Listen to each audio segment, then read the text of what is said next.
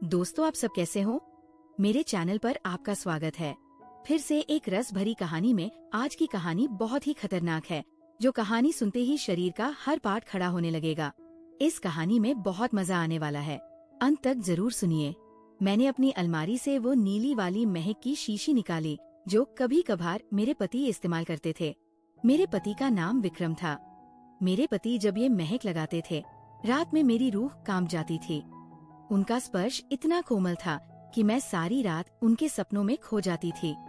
एक दिन क्या हुआ, मैं किचन में चली गई। मैंने इलायची वाला चाय बनाया और उसमें एक खास जड़ी मिला दी ताकि विक्रम को थोड़ी ज्यादा ताकत मिल सके। ऐसा करते करते रात के 11 बजे बज चुके थे। फिर मैंने जल्दी से चाय का कप उठाया और विक्रम के बेडरूम में चली गई। लेकिन विक्रम तो दूसरे शहर में बिजनेस ट्रिप पर थे, तो मैंने सोचा कि अब तो रोहन ही है जो मेरा इंतजार कर रहा होगा। रोहन बड़े बेसब्री से मेरा इंतजार कर रहे थे। जैसे ही मैं अंदर आई, रोहन उठकर खड़े हो गए और मुझे घूरने लगे। जब वह कुछ नहीं बोले तो मैंने ही पूछ लिया, ऐसे क्या देख रहे हो? बोलो ना, मैं कैसी लग रही हूँ आज? रोहन ने हकलाते हुए कहा, आज तो मन कर रहा है कि आपको अब भी अपनी बाहों में ले लूं।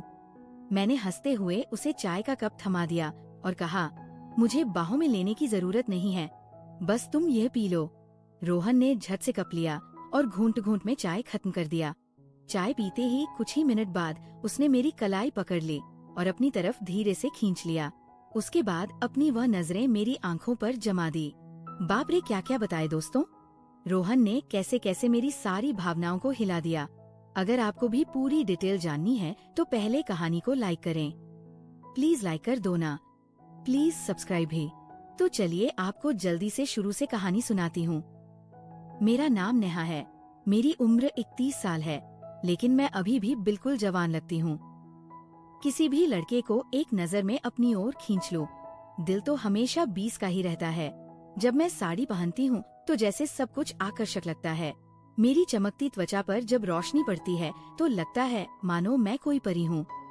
अब बात करते हैं मेरे 25 साल के देवर की, जो अब मेरा हो चुका है। उसकी मासूमियत और जोश ने मेरे अंदर ज्वाला जगा दी है। जब वह मेरी तरफ देखता है तो उसकी आंखों में वह चाहत साफ छलकती है, जैसे वह किसी मीठे सपने को जी रहा हो। कभी वह मुझसे कहता है, भाभी आज आप तो दिल चुराने वाली लग रही हो। इसीलिए मेरे पति कभी कभी काम से जल्दी आकर मुझे चुपके से गले लगा लेते हैं। हम शहर में रहते हैं क्योंकि मेरे पति कंपनी में उच्च पद पर काम करते हैं। मेरी 5 साल की एक बेटी भी है, इसलिए मेरी काया भी अब और आकर्षक हो गई है। पति को अपना कर्तव्य समझकर रोज उनकी देखभाल करती थी। भले ही हमारी शादी को 7 साल हो चुके थे, लेकिन मेरे पति अभी तक मुझे बहुत प्यार से संभालते थे। अच्छा से मेरा मतलब है, हर अंग को छू छू कर प्यार करते थे। वैसे आमतौर पर उनका तरीका ही ऐसा था, लेकिन मैं हमेशा साफ सफाई रखती थी और कभी कभार महक भी लगा लिया करती थी। दोस्तों, आपको मेरे से बात करना है तो इस वीडियो को लाइक करो और चैनल को सब्सक्राइब करो। और हाँ दोस्तों, जो सब्सक्राइब करेगा उसे मैं अपना नंबर भेज दूंगा, तो जल्दी से सब्सक्राइब कर लो। पिछले महीने कुछ ऐसा हुआ जिसका हमें कभी अंदाजा भी नहीं था।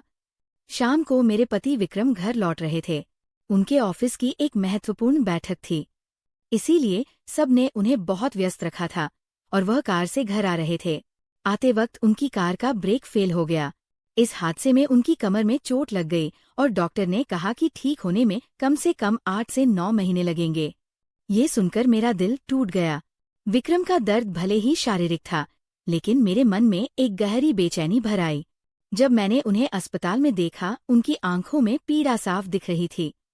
मैंने तुरंत उनके पास जाकर उनका हाथ थाम लिया। इसी वजह से मेरी ननद और मेरा देवर उन्हें देखभाल के लिए आए थे, तो वापस चले गए। लेकिन विक्रम ने देवर जी को यहाँ रुकने को कहा क्योंकि वह ठीक से चल भी नहीं पा रहे थे। मुझे ही बाजार से सामान लाना और बाहर के काम करने पड़ते थे। मैं मान गई और बहुत खुश हो गई। देवर जी मेरे कद तक ही आते थे। बॉडी भी मजबूत थी और रंग भी साफ था। वो ज्यादा शरारती किस्म का लड़का नहीं लग रहा था और मैं भी खुश थी कि कोई तो आया जो मेरी मदद कर सके। आज वह मुझसे थोड़ा थोड़ा संकोच कर रहा था, क्योंकि वह शादी के बाद पहली बार मेरे साथ इतने पास था।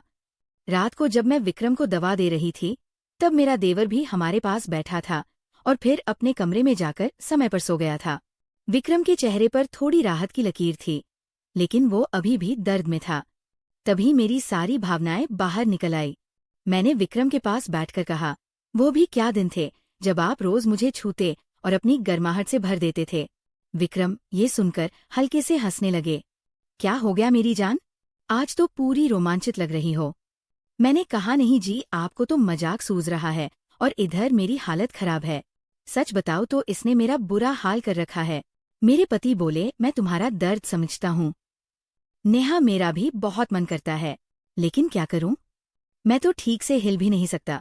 बस थोड़े दिन और सब्र कर लो, फिर देखना मैं इस तुम्हारे फूल का क्या हाल करता हूँ। तभी मैंने कहा, थोड़े दिन नहीं, पूरे 9 महीने बाकी है ठीक होने में, और मेरा तो 1 महीने में ही ये हाल हो गया। पता नहीं आगे के दिन कैसे बीतेंगे। मेरे पति मेरी उदासी मिटाने के लिए बोले, चलो और नहीं तो कम से कम चाय ही पिला दो, डॉक्टर ने भी कहा है। तभी मैंने हंसते हुए कहा, आपके नसीब में तो वो भी नहीं है, क्योंकि आपकी बिटिया ने पी लिया है। हम दोनों जोर जोर से हंसने लगे। मेरे पति मुझे खुश रखने की पूरी कोशिश करते थे, लेकिन मैं क्या करूं, सब बेकार था। थोड़ी देर बाद विक्रम सो गया, क्योंकि उनकी दवाइयों में नींद की गोलियां भी थी, लेकिन मुझे नींद कहाँ आ रही थी। इसीलिए मैं खड़ी होकर देवर जी को देखने चली गई कि वह सोया है या नहीं, लेकिन वह अब पीवी तक जाग रहा था और मोबाइल देख रहा था। मैंने उसके कमरे में जाकर कहा, हुआ रोहन, 12 बजे बज चुके हैं और तुम अभी तक नहीं सोए, लगता है तुम्हारे मन नहीं लग रहा है। वो उठकर बैठ गया और बोला, नहीं भाभी, ऐसी बात नहीं है, बस यूं ही फोन देखते देर हो गई। फिर उसने पूछा, भाभी आप भी तो नहीं सोई। मैंने कहा, मुझे तो आजकल नींद ही नहीं आती। रोहन ने पूछा, क्यों, क्या बात हो गई। मैंने हंसते हुए कहा, नहीं, वह मैं तुम्हें नहीं बता सकती। जब तुम्हारी शादी होगी तो तुम्हें खुद ही पता चल जाएगा। मेरे मुंह से ऐसा सुनते ही रोहन ने अपनी नजरें नीचे कर ली और अंदर ही अंदर मुस्कुराने लगा। तभी मैंने कहा, अरे तुम तो इतनी सी बात पर शर्मा गए। अच्छा बताओ, अभी तक कोई लड़की पसंद की है या नहीं। रोहन कुछ नहीं बोला, उसे अभी भी संकोच था। तभी मैंने उसका हाथ पकड़ा और कहा, अरे पागल, अपनी भाभी से इतना मत शर्माओ। वो धीरे से बोला, भाभी सच बताओ तो ऐसी बातें मैंने अभी तक अपने दोस्तों से भी नहीं की हैं। मैंने कहा, अच्छा, तुम मुझे अपना दोस्त ही समझ लो ना, क्योंकि मुझे ऐसी बातें करने में बहुत मजा आता है। रोहन ने कहा, हाँ भाभी, एक थी, लेकिन उसने मेरे से बातें बंद कर दी है। मैंने पूछा, तुमने उसकी जुदाई तो कर दी होगी ना। रोहन बोला, नहीं भाभी सच बताओ तो मैंने उसे ठीक से छुआ भी नहीं था। मैंने मुंह बनाते हुए कहा, तुम तो बड़े सीधे हो। चलो कोई बात नहीं, अब तुम मेरे पास आ गए हो तो मैं तुम्हें अपना प्यार देकर जवान कर दूंगी। मैं बातें करते करते रोहन के कमरे में ही गई थी। सुबह जब मेरी आंखें खुली तो रोहन बेड पर बैठा हुआ मुझे ही देख रहा था। मेरे उठते ही रोहन ने मुझे गुड मॉर्निंग बोला। जब मैंने पूछा, क्या देख रहे हो, तो शर्त वह बोला, भाभी आप सच में बहुत आकर्षक हो। वो हम मुस्कुराते हुए बोला, अच्छा तब तुम सुबह सुबह आकर्षण का मजा ले रहे हो, और रात को तो बड़े शर्मा रहे थे। वो मुस्कुरा के पूछने लगा, भाभी आप बुरा ना मानो तो एक बात पूछ सकता हूँ।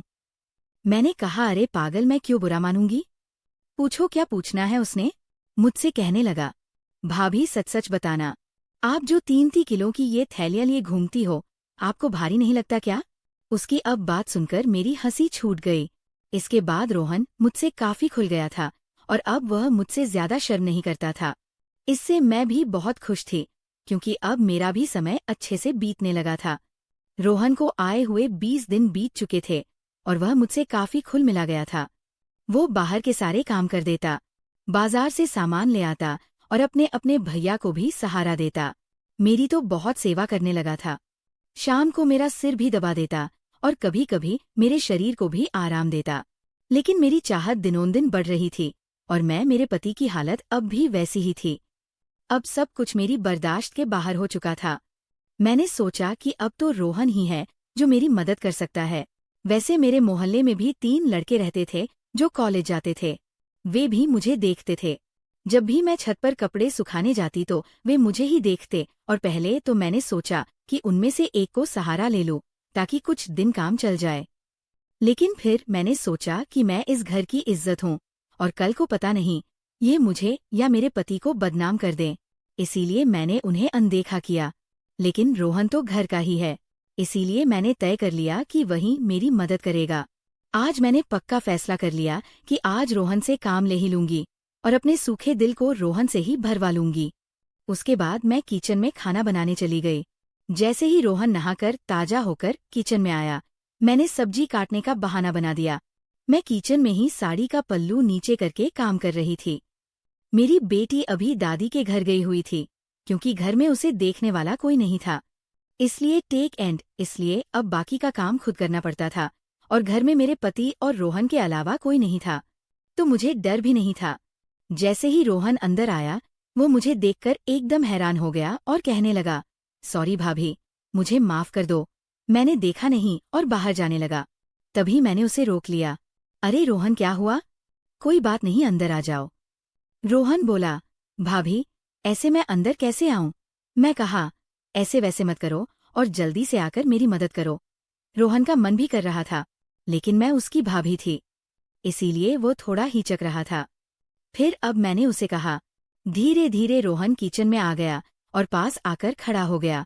वह मुझे देखता ही रह गया। तभी मैंने कहा, ऐसे क्या घूर रहे हो? क्या तुमने आज तक नहीं देखा? वो बोला, माँ कसम भाभी, मैं आपको बता नहीं सकता कि मुझे कैसा लग रहा है। बहुत ही अद्भुत है भाभी। मैंने कहा, तारीफें करना छोड़ो और यहाँ मेरी मदद करो।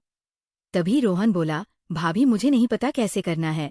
तो मैंने कहा, अरे बेवकूफ, इसमें कुछ नहीं करना, ये लो पकड़ो और बस धीरे धीरे सहलाओ। थोड़ी देर बाद जब रोहन के हाथ नरम होने लगे, तो मैंने सोचा कि अब मेरा आगे झुककर सही से काम करने का समय है। मैं आगे झुकी और रोहन ने पीछे से मेरी मदद करने लगा। लेकिन कुछ देर में ही रोहन का मन शांत हो गया, तो देखा कि अलीसा रोहन का काम तो पहले ही पूरा है। उसे देखकर अब मेरा मन बहुत उदास हुआ, लेकिन फिर भी मेरी हंसी निकल ही पड़ी। मैंने नाराजगी से रोहन को हल्का धक्का मारते हुए कहा, ये क्या किया बेवकूफ? तुमने तो शुरू होने से पहले ही पूरा कर दिया। इसके बाद जैसे ही रोहन का उत्साह ठंडा हुआ, उसने हड़बड़ाते हुए कहा, सॉरी भाभी, सॉरी, वह मैंने ऐसा कभी नहीं किया, इसलिए मुझसे ऐसा हो गया। मैं अभी जाकर साफ करके आता हूँ। उसे चला गया। मैंने भी उसे ज्यादा नहीं रोका, क्योंकि मैं समझ चुकी थी कि ये उसके लिए इतना आसान नहीं होगा।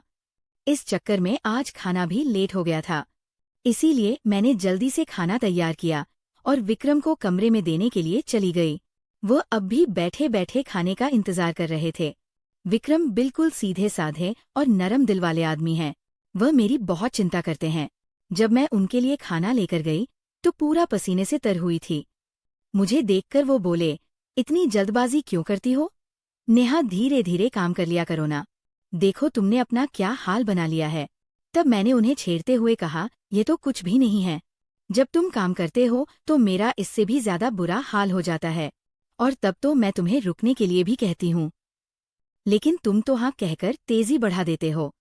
मेरे मुंह से ऐसा सुनकर मेरे पति मुस्कुराने लगे। तुम भी ना नेहा, कहाँ की बात कहाँ ले जाती हो। इसके बाद विक्रम ने खाना खा लिया और मैंने उन्हें दवाई भी दे दी। दवाई लेने के बाद उन्हें नींद आ गई और वो आराम करने लगे। मैं भी काफी थक चुकी थी, इसलिए मैं नहा धोकर ताजा हो गई। इसके बाद मैं रोहन के कमरे में उसे देखने के लिए गई, तो वह भी सो चुका था। फिर मैं भी आकर आराम करने लगी। शाम को जब मैं रोहन को चाय देने गई, तो वो बैठा फोन चला रहा था। मुझे देखकर उसके चेहरे पर मुस्कान आ गई। मैं भी उसे देखकर हंसने लगी और मैंने उससे पूछ लिया, क्या बात है रोहन, आज तो तुम काफी खुश लग रहे हो। तो वो बोला, भाभी वो मैंने पहली बार ऐसा एहसास लिया था। प्लीज आप बुरा मत मानना, मैं सच बता रहा हूँ, बिल्कुल मेरे से काम नहीं बन पाया। तभी मैंने उसे रोकते हुए कहा, अरे बेवकूफ, मैं कब बुरा मानने लगी? वैसे सच बताओ तो मुझे भी अच्छा लगा। इसके बाद मैं रोहन को चाय पकड़ा दी और उसके साथ बैठकर पीने लगी। हम दोनों बातें करने लगे। आज रोहन के मुंह से मेरे लिए तो तारीफें ही बरस रही थी। वह बस मेरी प्रशंसा ही करता जा रहा था। भाभी आप बहुत खास हो, मैं तो सोच रहा हूँ कि जिंदगी भर आपके साथ ही रहूं। इन 20 दिनों में मुझे स्वर्ग जैसा लग रहा है, और ऊपर से आपकी सुंदरता। मैंने मुस्कुराते हुए कहा, आज तो तुम्हारे मुंह से सिर्फ तारीफें ही निकल रही हैं। लगता है। रोहन मेरा हाथ पकड़कर बोला, आप सही कह रही हैं भाभी, अब आपको भी मेरे काम में मेरी मदद करनी होगी। अब तो आपको मेरी बात माननी ही होगी। प्लीज भाभी मना मत करना। बस एक बार के लिए मेरी हमसफर बन जाओ। इसके बाद आप जो भी कहेंगी मैं करूंगा। जब रोहन सब कह रहा था तो उसका चेहरा लाल हो गया था और मेरी हंसी फूट पड़ी थी। मैंने उसके सर पर हाथ फेरते हुए कहा, अरे पगले, इतना गंभीर क्यों हो रहे हो? बताओ, मैंने तुम्हें कभी किसी चीज के लिए मना किया है? वैसे भी अब तुम्हारे भैया तो वैसा भी मेरे काम में मेरी मदद नहीं कर पाते हैं। और तुम इतना शर्माओ मत। अगर इतना शर्माओगे तो कैसे चलेगा? चलेगा। इतना कहने के बाद मैं बोली, आगे से अब तुम्हारे साथ ही सोऊंगी। बस तुम मेरा ख्याल अच्छे से रखना। दोस्तों, कैसी लगी आपको रस भरी कहानी? अगर अच्छी लगी हो तो कमेंट में ज़रूर बताएं और साथ ही साथ इस चैनल को भी सब्सक्राइब कर दें ताकि मैं इससे भी और ज़बरदस्त कहानियाँ आपके साथ शेयर कर सकूं। और प्लीज़ लाइक करना नहीं भूलना। आप सब जानो। धन्यवाद। वेट करें इसके आगे वाले पार्ट।